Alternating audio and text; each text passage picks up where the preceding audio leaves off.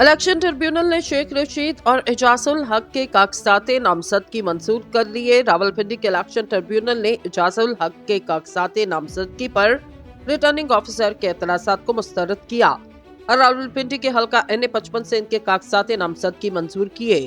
Election tribunal ने साबिक वज़ीर दाखिला और अवामी मुस्लिम लीग के सरबराह शेख रशीद के हल्का NA-56 और 57 से कागजात नामजदगी आज मंजूर किए। दूसरी जानिब साबिक वजीर फवाद चौधरी के जेहलम की 2 नशिस्तों से कागजात मुस्तरद होने के खिलाफ अपील पर समाअत की गई, जिसमें ट्रिब्यूनल ने कल के लिए इलेक्शन कमीशन को नोटिस जारी किया।